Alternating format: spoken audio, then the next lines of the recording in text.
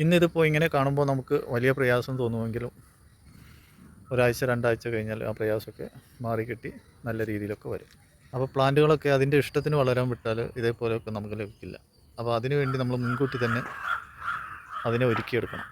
കയ്യെത്തുന്ന ഒരു ദൂരത്തും നമ്മളെ തൊട്ട് തലോടാൻ പറ്റുന്ന രീതിയിലൊക്കെ പ്ലാന്റുകളും ഫലങ്ങളൊക്കെ ലഭിക്കണമെങ്കിൽ അതിന് മുൻകൂട്ടി തന്നെ നമ്മൾ തയ്യാറെടുക്കണം.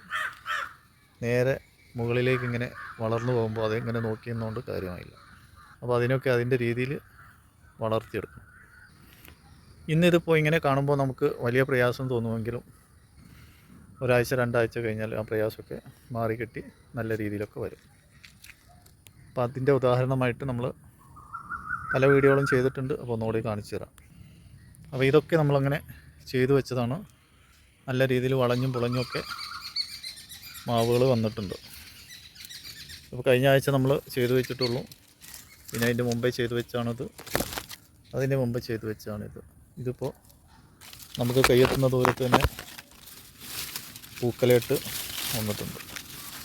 എല്ലാം നിറയെ പൂക്കലയൊക്കെ ഉണ്ട്.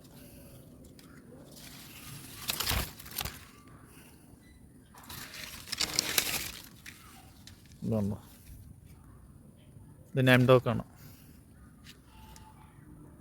അപ്പോൾ നമ്മൾ മുൻകൂട്ടി മാവിനെ എല്ലാ പ്ലാന്റുകൾ ഏതായാലും നമ്മൾ മുൻകൂട്ടി ചെയ്ത് കാണിക്കണം. എന്തെങ്കിലും മാത്രമേ അത് അതിൻ്റെ രീതിയിലൊക്കെ വളർന്നു വരുള്ളൂ. അല്ലെങ്കിൽ മാവൊക്കെ ഇങ്ങനെ കുത്തനെ മുകളിലേക്ക് അങ്ങോട്ട് പോകും. നമുക്ക് കയ്യെത്തുന്ന ദൂരത്തോ നമുക്കൊന്ന് തൊടാനോ ഒന്നും കഴിയില്ല.